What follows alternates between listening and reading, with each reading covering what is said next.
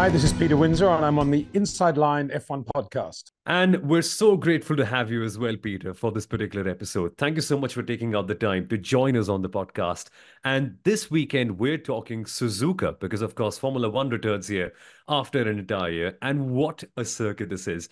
Particularly, I can imagine it must be for you as well, because you must have had so many memories in this place, right? Because if my reading serves me correctly, I think you were there back when it was Williams Honda also, right?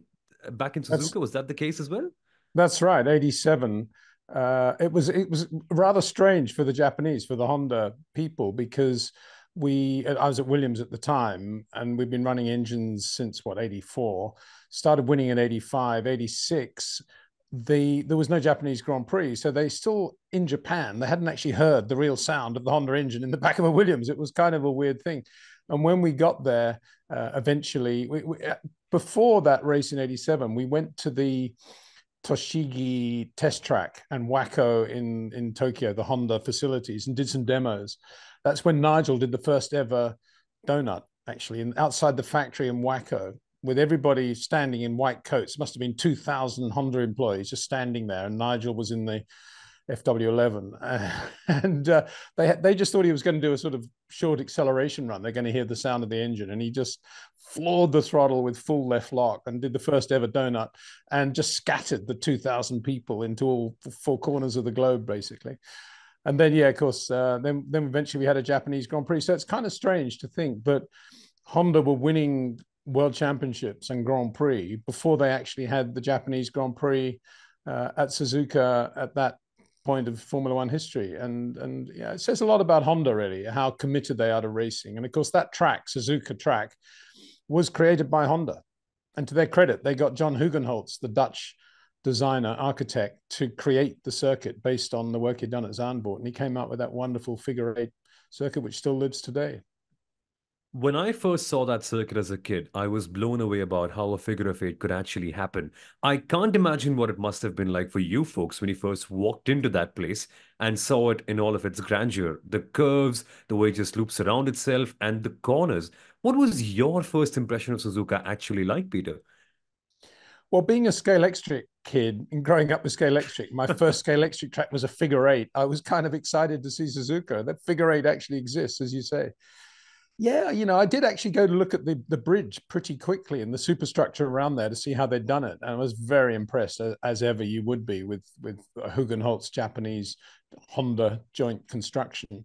And it was that, and it was all the vantage points. And we walked around the circuit immediately, and to look down on the S's as they're coming up the hill towards the Dunlop curve, and then Degner's. Yeah, I just drank it all in. And of course, it isn't just the track there as well. It was the entire infrastructure of the hotel, the Suzuka Circuit Hotel, and everything around that, and all the activities you can do if you're a racing fan or if you're just coming with your family. I mean, the only thing about Suzuka, it's quite difficult to get to then, and still is today, if you in terms of traffic and small roads and everything else. But it's a nice walk from the nearby Yokkaichi station and so forth. So no, we just loved it. We just loved it from day one. And of course, we were quite privileged because Honda looked after us pretty well, and we were in nice rooms in the Suzuka Circuit Hotel, and we ate in the nice restaurant, went to the log cabin afterwards and had a drink, and it was just, yeah, great times.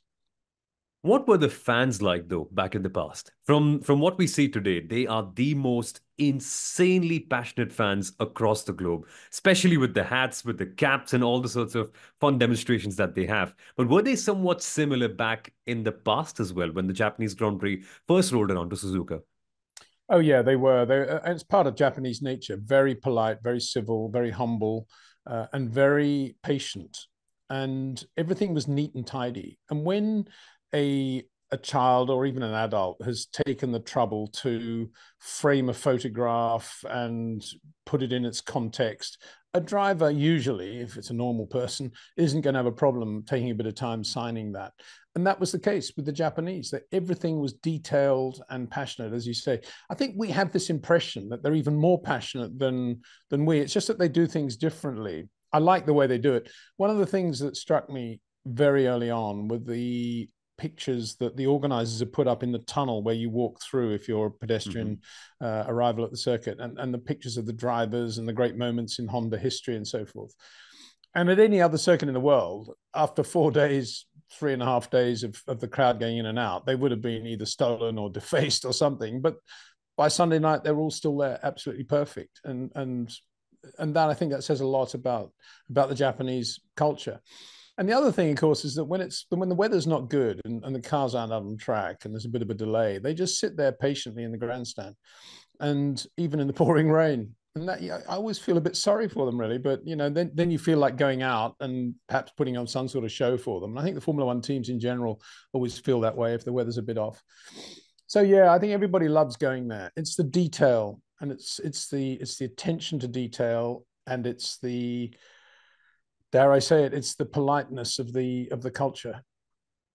Well, there was one word that you mentioned there that I'd love to pick up on: rain. And rain is a condition where the champions really do well. The likes of Vettel, Alonso, Schumacher, Senna, Hamilton, you name it. And these are the sorts of people who've actually done so well at Suzuka.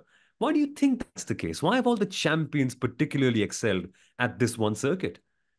And we should add Damon Hill to that classic win of Damon's. True. Well, I think if you think, I mean, Suzuka is a very demanding circuit. I'm not saying that if you've got a terrible car and a great driver, that great driver is going to put it on the front row because this circuit is a driver's circuit. Obviously, there is a certain amount required by the car, and there's some long straights at Suzuka. You shouldn't forget that.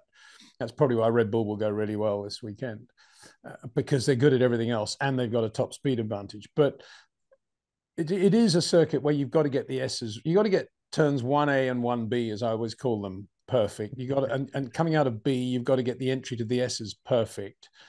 And then, of course, you've got to be really good through the S's in terms of change of direction.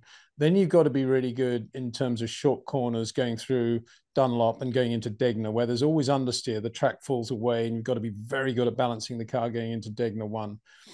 And Degner, if you get that right, Degner 2 should happen. But usually when you see drivers running out of road at Degner 2, it's because they've got one wrong. And then there's the Eddie Irvine kink, which nobody else has ever had a problem with, but where he had that massive crash in '99. I think because he'd been at a nightclub the night before, or something in Tokyo.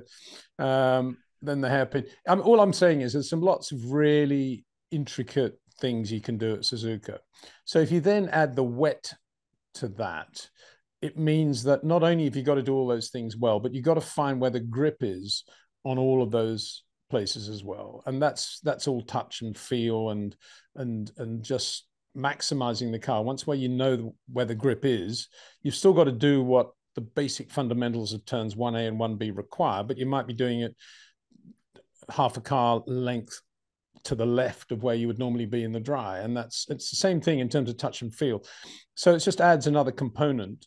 You can't be quick in the wet at Suzuka unless you're pretty good there in the dry, I think is the easy thing to say.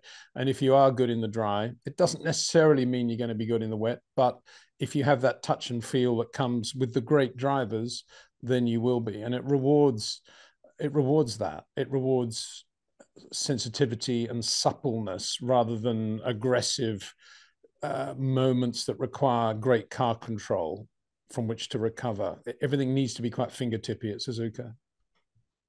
Let's be honest, Peter. You must have wished that you would have a lap there, right? I mean, surely that thought must have crossed your mind as well. Did you get the chance to ever drive there? I think I've driven around in a road car when we were there in 80. I think we go there in 86? Yeah, we did go there in 86 and did some demos. And I think then I did some road. I went around in a road car. I mean, it didn't mean much because I wasn't going very quickly and I wasn't trying to go quickly. Unlike Ron Dennis, who went off in his McLaren F1, didn't he? Road car when he was demoing that and went off at turn 1, I think. But it was fabulous. I love going up the S's there. I mean, that to me is what racing's all about. That sort of waltz that you can get into, that rhythm of change of direction. And if you've got, as I say, if you get into the first part of the S's correctly, the rest of it kind of happens. And it's a bit like Beckett's at Silverstone. And it's a shame we don't have more corners like that. Yeah. But isn't it funny how heading into such a beautiful circuit, the biggest story of the entire Formula One weekend isn't even Formula One. It's actually the Formula One owners buying out MotoGP. And I find it to be a really exciting time because through my experiences last year at the Indian Grand Prix where I was commentating, I was literally feeling the need of a promoter who could do a lot more in terms of the marketing. And Liberty Media is someone who does exactly that. And I particularly wanted to know your take on this, Peter, about a Formula One MotoGP synchronization of sorts with the brands working together. Do you think that's a possibility? I mean, there have been wild ideas like a common race weekend floating around the paddock. That's a bit ostentatious, is it not? Well, I have to say, I'm not a MotoGP guy. I don't really understand it. There's too much overtaking. The racing's too close. It's too much for me. Yeah, the bikes are quite small for the width of the track, if you get what I mean. So I'm not a fan. It's not that I'm not a fan. I just have no knowledge of it. All I can say is that I can't imagine that they would share the same weekend because what they need from the racetrack in terms of runoff area and curbs completely different, I would imagine. And whenever we've had an issue in Formula One about curbs, the answer has usually been, oh, well, they're there because of MotoGP. And everybody's saying, well, let's get away. We're not MotoGP. We need to get away from this. So I'd be surprised if Liberty try to put them on at the same weekend, unless they do some sort of create some purpose-built track in the middle of nowhere where you can overnight change the spec of the track or something, which doesn't sound like sort of thing Liberty would do. They're more into street races these days if they're going to spend money on things like that. So I don't see that. I mean, I'm sure MotoGP will benefit from being owned by a company like Liberty Media. If you look at a lot of the stuff they've done in Formula One, it's been very different from how Formula One was in the past. Mind you, it was a pretty low bar because Formula One in the past was Bernie Ecclestone's Formula One. And although Bernie did a million great things, he wasn't really interested in the internet and he wasn't really interested in the past, the history of Formula One. And Liberty have done quite a lot in both those areas. As I say, not a particularly difficult thing to do because it hadn't been done before.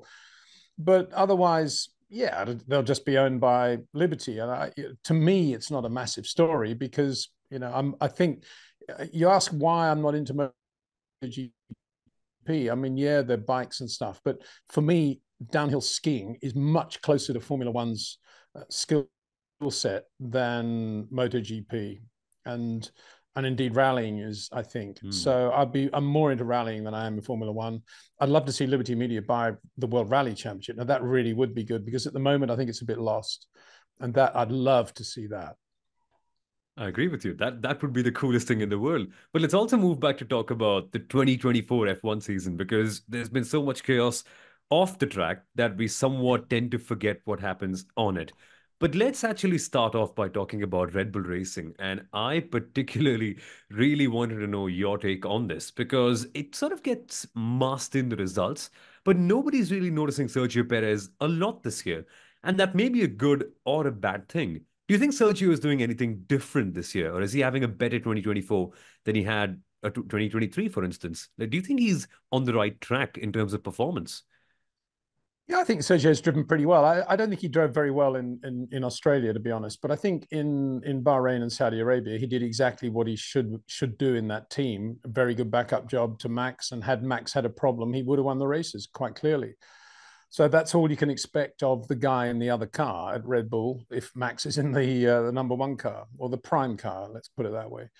Australia, I was disappointed with him, partly they shouldn't have allowed that to happen. It probably may not have been his fault in Q1 with the impeding of Nico Hulkenberg, but he got that three-place grid penalty. But having said that, I still think he should have beaten the McLarens at around Albert Park in a Red Bull RB20. It was a quick car, no doubt, and he didn't. And I felt it was a bit of a flat race from Perez. He will talk about the tires not being particularly good. He didn't get the hard tires to work that well, but that's part of the job. You should be getting them to work well in a car that's that good. I suppose you have to see that under the heading of the nature of Albert Park. It's not a circuit where Red Bull's greatest strength against Ferrari could show up. As I said earlier, I think that's top speed now. I don't think there's that much between them in terms of the way they can manage the tires, the sweet spot they have for managing the tires. Ferrari done a good job there. I think in terms of overall aero efficiency, Red Bull's well ahead, which is why they have a top speed advantage. But that top speed advantage didn't really show up or couldn't show up around Albert Park because there aren't really long straights there. So in that sense, I suppose you could say in a race where Perez had a 3-place grid penalty, he was on a circuit where he didn't have the advantage that normally you would have with a Red Bull RB20. So maybe I'm being unfair there, but I still think we could have seen a bit more from him in that race. But it's only one race. And I think overall, yeah, I think he's doing a very good job. I haven't changed my interest in him or disinterest in him. I think he's just done a very good job, and really there's no reason to replace him. People are saying, oh, well, Carlos Sainz. Yeah, I mean, obviously we'd love to see Carlos in a decent car. He deserves it. But would Carlos really want to spend 1 year driving alongside Max Verstappen, let alone 3 years? It's not going to be a great life for him there. So Sergio is actually a pretty good guy to have in that other car. Very interesting how you just ended this point, Peter, because you brought in Carlos Sainz. And, there's this whole talk of will Max move to Mercedes if the whole power struggle plays out in a way that he doesn't expect it to, and so on and so on. But we don't know what the power struggle is eventually going to lead us to, or if it's actually ended, even though Christian Horner saying it's time to move on. The big question is, has the power struggle, or will the power struggle actually force Red Bull to plan for Max Verstappen's succession? Just in case he just gets up one day and says, I'm leaving. Not really, no. I think the only key person at Red Bull is Adrian Newey, and whether Max stays or not is kind of irrelevant so long as they have Adrian Newey. And I can't imagine that Max will leave so long as Adrian Newey's there. So I think everybody's kind of got it round the wrong way. They should be talking about, is Adrian in any way affected by any of this stuff that's been going on behind the scenes? Yes, he's going to leave. Wow, that's a big thing. If Adrian's going to leave, where's he going to go? That's where Max will go for sure. And equally, is he going to retire and just pull out of Formula One? In which case, it's a whole new clean sheet of paper for everybody. Personally, I think Adrian will stay, and I don't think much will change. And I think Max will, if Adrian's at Red Bull, I think Max will stay. I mean, there's only one Adrian Newey, and there's more than one Max Verstappen. There's a guy called Lewis Hamilton. There's a guy called Charles Leclerc, and there's a few new ones coming along. Oscar Piastri, good example. So if Red Bull keep Adrian Newey and he signs a new 3 or 4 year contract, and Max says, I'm out of here, I've had enough. Well, I don't think they'll be that worried. They'll just say, right, we'll get the next big star, and Adrian Newey is good enough to win us world championships without Max Verstappen, and I believe he is. As we've seen in the past, he won them a lot with Sebastian Vettel. So there you go. This reminds me of Bernie Eccleston's classic quote: "The easiest to replace in a car is the driver." Clearly speaking, that's what Red Bull or any team over the years, it was Michael Schumacher, Ferrari could replace. It's going to be Lewis Hamilton that Mercedes is going to be looking to replace. So why not the same for Red Bull Racing? They'll figure where the next superstar's coming. Yeah, I mean, Bernie said that, but of course the reality is I'm saying it. If you have Adrian Newey, there's a big difference. If you take Haas as a good example, they don't have Adrian Newey. They have a pretty good team now of engineers, people on the ground. Dallara have always been good. They got some Ferrari technology there. But they need, because of who they are, how the team's put together, the budget, everything else, they need the 2 best drivers they can get. And they've done a good job there. And you can see how having 2 quick drivers who know how to finish a race, Kevin Magnussen and Nico Hülkenberg, you can see how big a difference that does make over other teams which don't have the same quality over the 2 drivers. And drivers do make a big difference. So in that sense, Bernie's wrong. I don't think Haas could just put anybody in and get the same results. But he's correct. If you have a team like Red Bull with Adrian Newey, 60% of the job is done, if not 70%. Yes, of course, it's nice to have the best driver in the world, then maximize everything you have and destroy the opposition forevermore. But even if you don't, you've still got a pretty good chance of winning the championship, as Red Bull have proven. I mean, Sebastian Vettel quite clearly is not as good a driver as Max Verstappen, and yet they won 4 world championships with Vettel. That just shows how good the team is and how good Adrian is. That makes me want to dig deeper upon the qualities of these drivers and how many Max Verstappens can we find on the grid. And what's your take on this whole affair, Peter? How many world championship level drivers do you think we have on the grid today? And would you rate someone like Lando Norris as a world champion material driver as well? I think as you look at it at the moment, Oscar Piastri definitely has more potential than Lando Norris. The way he takes corners is more efficient. He's more clinical. He's what I would call a short corner driver. He gets into the corner earlier. He does a lot of mid-corner manipulation with his hands, and particularly with his footwork, which we never see on camera, but he's got phenomenal footwork, Oscar Piastri. And he's a very self-critical athlete, let alone racing driver, which is a very good sign. He's always looking at other drivers, seeing if he can learn from them. I think Lando is very, very good, but he's kind of at a peak that he's not going to be able to improve upon other than just with normal experience, unless he becomes more self-critical. I think he thinks there's only one way of taking a corner, and that's the way he takes it. And I'm not sure if you were to talk to Lando that he would know why Oscar Piastri relatively often is as quick, if not quicker than he is. He wouldn't really have an explanation for it other than to say, well, he just got a good run, or his car setup was better, or something like that, or Lando made a mistake. And there is a fundamental difference in the technique they use. And to me, Oscar's definitely got more scope and more potential. So I would say he's definitely a potential world champion. Whether or not he will win that McLaren is another matter.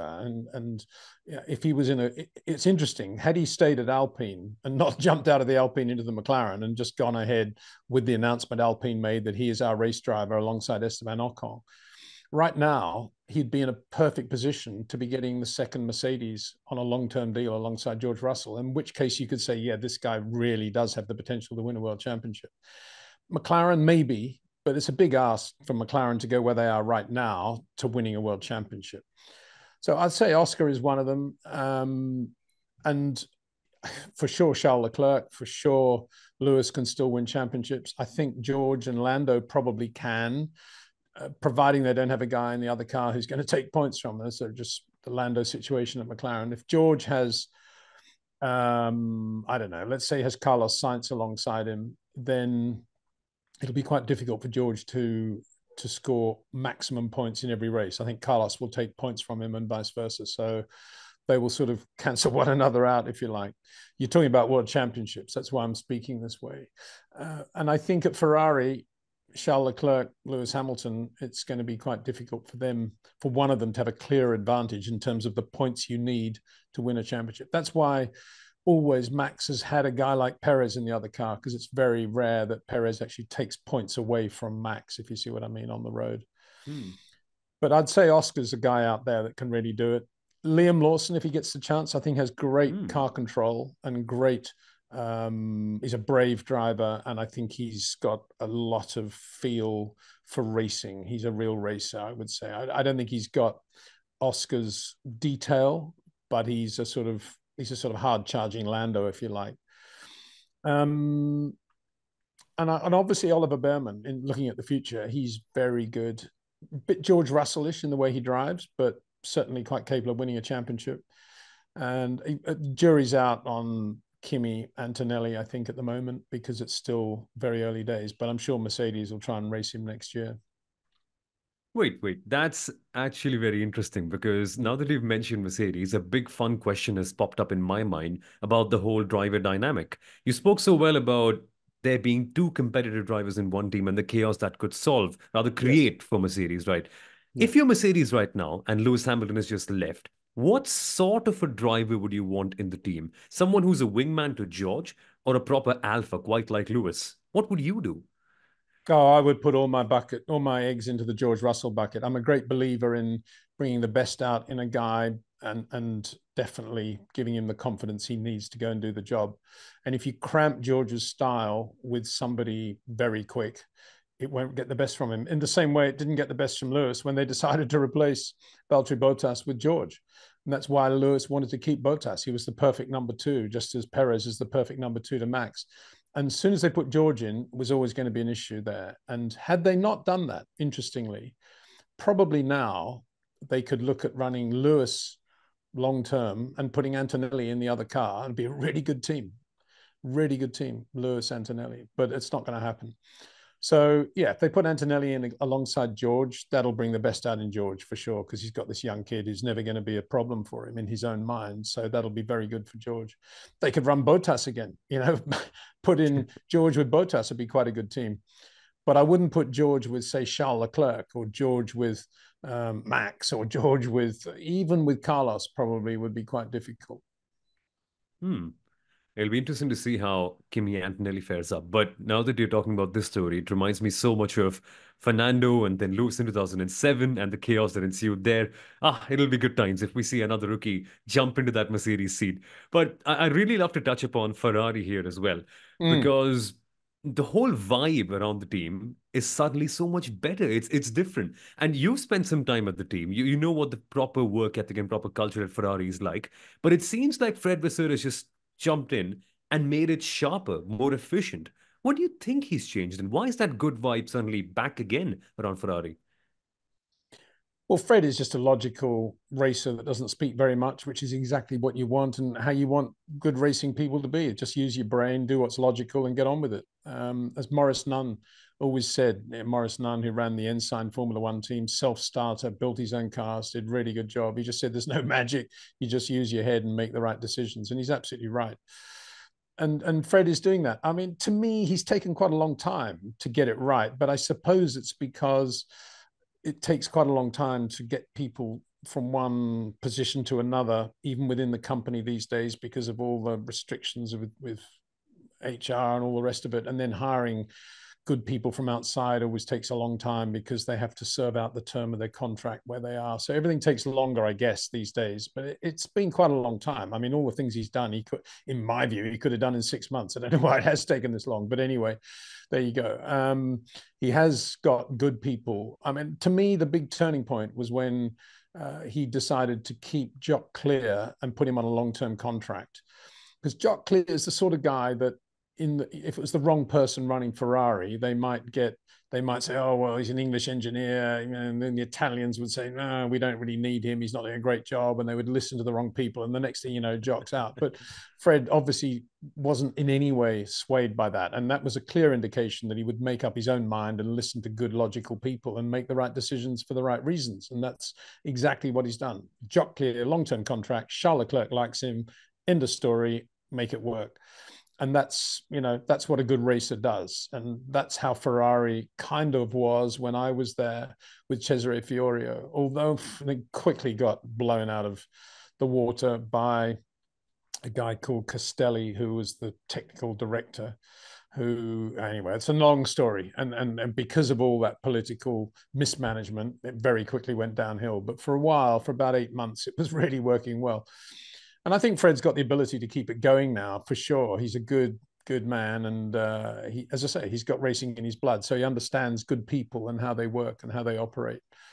I think the decision to replace Carlos with Lewis is a strange one, to be honest. I'm still a bit confused by it, because Charles Carlos, I've always thought was a pretty good team in terms of they're very different in personality. They're different in skill sets.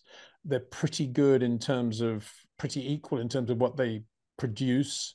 I think Charles is the class driver, but Carlos was getting better all the time. And when things are going well, it just kind of seems unnecessary to break it up. It's a bit like having a nice watch that works well and has never let you down, and then you get a raise at work and you think, oh, I'm going to go and buy a better watch. But it's not a better watch. It's just a different watch that you like the look of, and you don't need to replace the other one. And then that's when things get out of sync. It's a bit like Daniel Ricciardo leaving Red Bull for no reason other than that he didn't like getting beaten by Max Verstappen. He walked out of the best team in racing. And I think when Ferrari break up a team combination like Leclerc, Sainz, because we've got to have Lewis Hamilton, I think it's the wrong reasons to do it, because I don't see what Lewis is going to bring to Ferrari. I can see what Ferrari is going to give to Lewis. Absolutely. And if I was Lewis, I'd be doing the same thing. But from Ferrari's point of view, what is it going to bring them that they don't have already? That's what I don't get. And because of that, I'm slightly, it's not that I don't think the Lewis move will work. It's just that that's an indication that things aren't 100% logical at Ferrari even today. And maybe that decision came from right from the top, from Alcon or somewhere, and not from Fred. I don't know. Probably did come from the top, because having Lewis there does a massive amount for the Ferrari brand globally and the share price and everything else. But from a pure racing point of view, which is what Fred Vasseur is all about, it's not a decision that's completely logical. And furthermore, I can't remember a situation ever really where a driver has been told he's going to be fired at the beginning of the year rather than at the end of the year, just before he does get fired. It's kind of weird that they're expecting the best from Carlos Sainz all year, a guy they've just decided to fire. It's a very odd situation, and you know, it's weird. I don't really get why they did that. I'm still confused.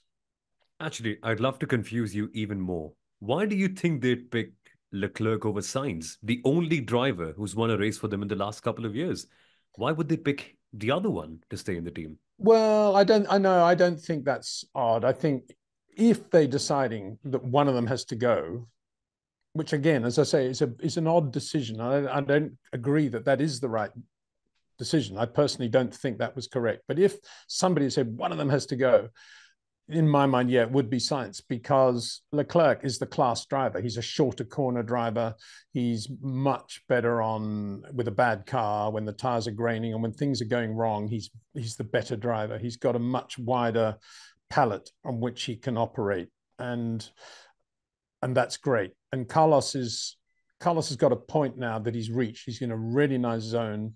But it's a zone where if he goes beyond it, it's all to do with reflexes and super late braking and all the things that can cause an issue if there's a crosswind, or if there's something changing in track conditions, or if the car's going off in some way. It's more difficult for Carlos with his scope to be able to live with all of those things. And so technically, in my opinion, Charles is a better driver than Carlos Sainz. But as I've said, I think Carlos is absolutely good enough to justify keeping him at Ferrari. And I think you had the best of both worlds with those two drivers.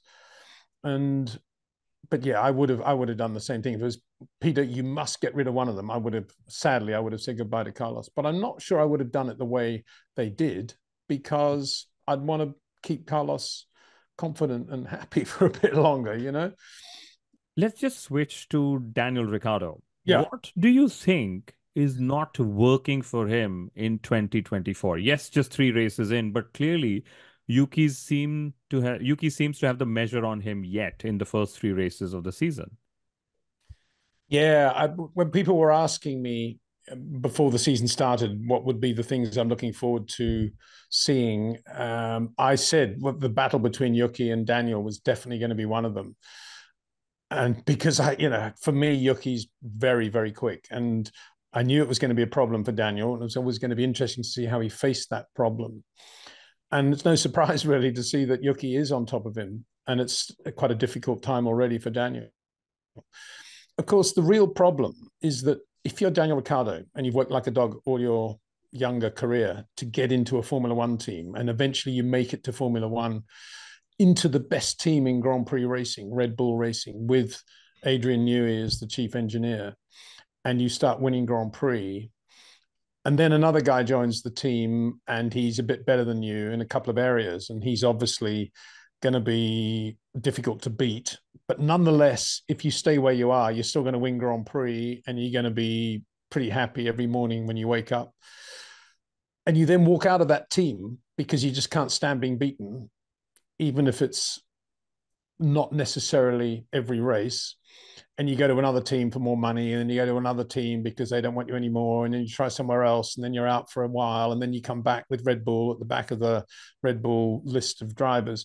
I'll tell you what that does. That eats away at the heart of what you are all about as a human being. You're no longer this hungry, burning ambition racing driver that above all wants to just be in the best car he can possibly be in to show his talent. You've played around with the gifts that have been given to you. And that's where Daniel is today. He's kind of lost that. He lost that soul of being a pure racing driver the millisecond he decided to leave Red Bull.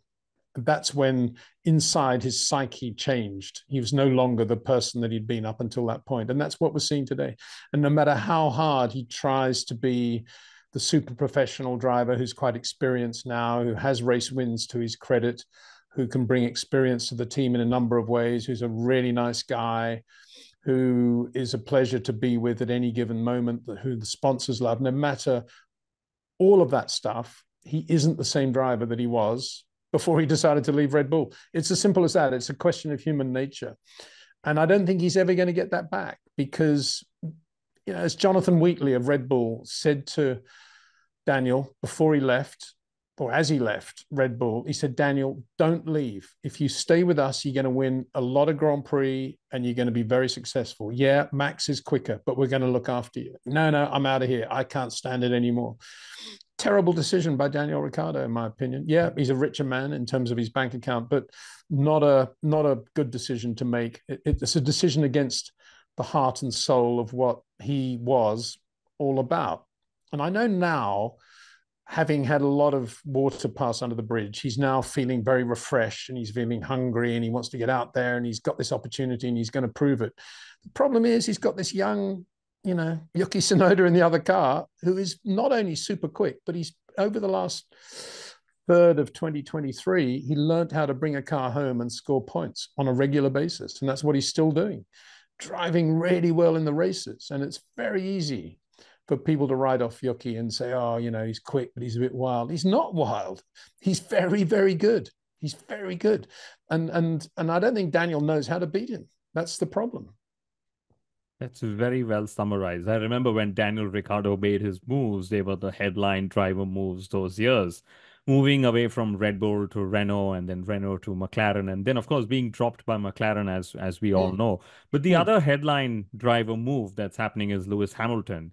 But clearly, he is struggling this season in that Mercedes. What do you think has gone wrong, Peter? Well, clearly, George is struggling in the Mercedes as well if he can't even pass Fernando Alonso in an Aston Martin around Melbourne. I mean, this is a team that's won, I don't know, I've lost track of how many world championships they won recently. They've got all the facilities, all the money, all the people, everything in the world, biggest they can possibly have. And they're getting beaten by two of their three customer teams. It's pathetic.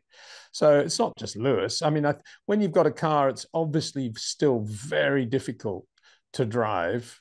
But they haven't done over the winter what Ferrari have done, which is taken top speed out of the car, added downforce in an efficient way to get the tires much more manageable and give the drivers much more opportunity to show their ability, which is what Ferrari have done. Mercedes tried to do that and have quite clearly not succeeded. And they've still got a car, but if they take the wing off the car in which to have a reasonable top speed, the car's on an absolute knife edge on anything approaching a medium or high-speed corner.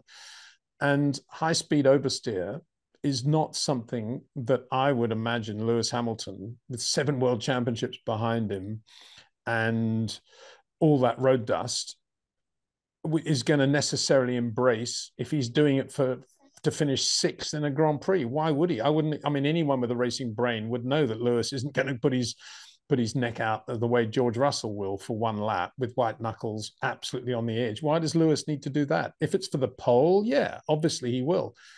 But for P6, P5 or something, forget it. And that's totally understandable. And I think anybody that imagines that Lewis today would be putting it out on the edge the way he did in 2007, 2008 doesn't know much about racing, doesn't understand the sport or human beings really. But I think Lewis is doing a really good job overall. But I think he's obviously massively disappointed yet again that the car isn't a race winner, A, and B, he's got the Ferrari contract in his pocket. He's already thinking about pasta and red cars and an island called Sardinia where he might buy a house. I have no idea, all the things that come with driving for Ferrari. And he's looking forward to that. He's relaxed. No longer is he that worried about all the frenetic George Russell, white knuckle stuff that, has been going on.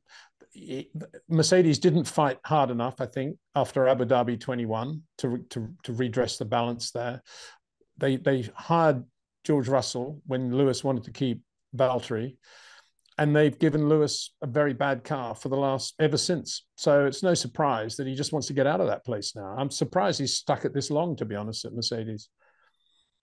You also mentioned, the George Russell's inability to pass Fernando Alonso, given how bad the Mercedes is this year. Very interesting. But what do you make of the Fernando Alonso and George Russell incident from the last race in Australia? Well, it definitely wasn't a brake test. And so the penalty that they gave Fernando which was for brake testing, should not have been applied, I don't think. Having said that, if that is the correct penalty for brake testing, and I should reiterate here, I don't think that was brake testing, then the penalty is a complete joke, because brake testing is about the most dangerous thing you can do in Formula One. It is the most dangerous thing you can do in Formula One. And if anybody's ever caught by telemetry brake testing another driver, in my opinion, they should be excluded from the World Championship, and they should be banned for 3 races, 5 races maybe, not given a 20-second penalty. But having said all of that, I don't think Fernando was brake testing George, but I do think he was faffing around trying to sort of unsettle George and doing what Fernando does sometimes, and being a bit clever and going into the corner a bit slower and trying to slow him down at the apex, and then getting on the power and trying to get a gap from him, which is kind of, it's okay. You know, there's nothing in the sporting rules, as I know, that say you can't do that. And George, I imagine, has done his homework and knows that Fernando has done that in the past in various situations. If he hasn't done his homework, he should have known that and should have predicted that Fernando might be trying something like that. Or if George hadn't, certainly some of the Mercedes engineers on the radio to George should have been saying that to George. But I'm not sure they were, because I'm not sure that many of them care about the history of the sport that much. But there's a good example of when some people say, and I do quite a lot of live streams, and not so long ago I had a viewer said, Peter, it's 2024, stop talking about 1986 or something like that. And I was quite upset about that, because we're standing on the shoulders today of all the people that did what they did in 1986, and they're standing on the shoulders of what everybody did in 1958. So you actually forget about history at your peril. And that was a very good example. If the engineers had been on to George saying, George, remember Imola, Michael and Fernando, remember what he was doing to Michael, remember what that race was all about, be ready for Fernando to do something a bit weird going into a slower corner, maybe that accident wouldn't have happened. But I wonder whether the engineers were saying that. I doubt it.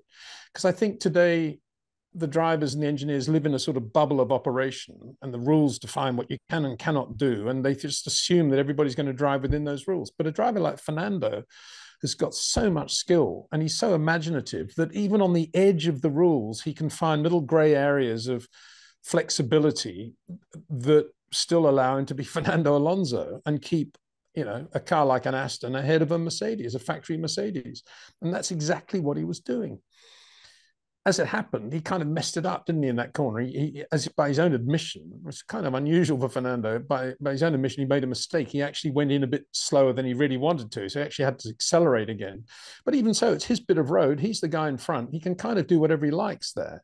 He's not changing direction, which the rules say you can't do. He's not brake testing because it's not flat out in top gear. So he can kind of do that if he wants to. So it's nothing wrong. And it just discombobulated George, and he lost focus and went off. Very weird, really, to be honest. And I just think George should have had a slightly bigger sweet spot in which he was operating, bigger margin for error, given that it was Fernando he was following. Yeah, interesting. For attacking, you have so many options, especially the DRS. But when it comes to defending, the drivers are pretty much wanting to be treated as sitting ducks, especially if you go by how the FIA dealt with this situation. Drove dangerously, can't slow in appropriately and all of that. So I'm hoping that as we go to the next few rounds, the drivers and the FIA are able to talk, because what we essentially want, Peter, if I go back to the 80s again, and I love reliving those as well, is we want wheel-to-wheel battles, right? We want drivers in battle engaged where we don't know who's going to come out on top. What the metric in today's age is how many overtakes have happened. All people care about is, has the driver behind driven past the driver ahead? They don't really care how he's done that. So I'm hoping that that's also something that changes as the regulations change in 2026, where you're giving drivers enough of a chance to battle rather than be seen as sitting ducks, right? But switching to Formula 2, Peter, assuming you also follow Formula 2, given that you've watched a lot of sport. Indian Formula 2 driver Kush Maini has taken Formula 2 by storm. 2 pole positions almost in the first 2 rounds, podium finishes. He's been leading the races. He's been doing different things on track. Has he impressed you and in what he's doing with his performances this year? Oh, definitely. Got a lot of time for Kush. I've known of him for quite a long time, because I'm good friends with a guy called Matt Cowley, who's very talented young English driver who I met racing Ford 1600, actually, at the Formula Ford Festival about 5 years ago. And he just does Formula Ford just for the fun of it. But he's a very fast racing driver. He's doing GT racing now in the UK. And he works for a company at Silverstone, which is a sim company, basically. And Kush was always there with him every day, and they're very close friends, and they just used to race one another all the time. So I would ring Matt and he'd say, "Oh yeah, beat Kush today," or Kush would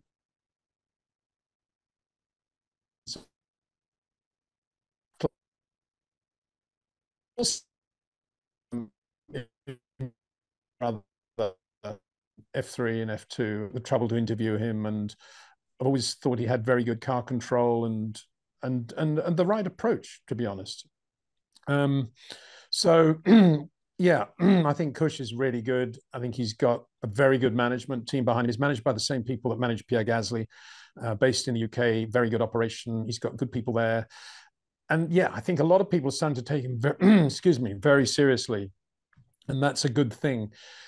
Too many good Indian drivers have not had the opportunity to show their talent. I think Jehan Darubala is much better than a Formula E drive deserves, to be honest. I think he should have been given an opportunity. And I find it extraordinary that a Formula One team didn't just give him a proper chance on merit, as distinct from the association he had with Force India.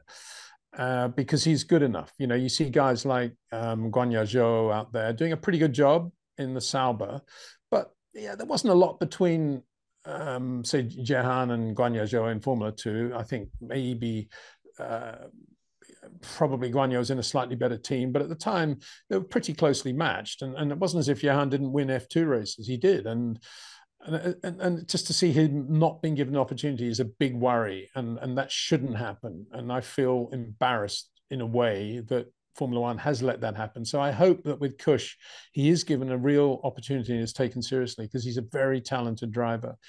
And the way he recovered from that setback in Bahrain, when he took the pole and he's gone to the back of the grid, he drove really well. And then he was just on it again, you know, in Saudi Arabia. And that shows a lot of strength of character as well. Hopefully there are more occasions for us to relish his talent as well. But it's been a lovely hour of chatting about Formula One with you, Peter. Honestly, it didn't even feel like 60 minutes. It's just flown by. And thank you so much for taking out the time on, what is it now? A Monday afternoon, is it now? No, a Tuesday morning. Time flies. It's Tuesday morning here in Spain. Yeah, lovely morning, blue sky, sun shining. Just about to go and take the dog for a walk. Exactly. Sounds like a perfect day. But seriously, thank you so much for your time, Peter. Pleasure. And it was amazing to listen to you. Thank you. Thank you very much.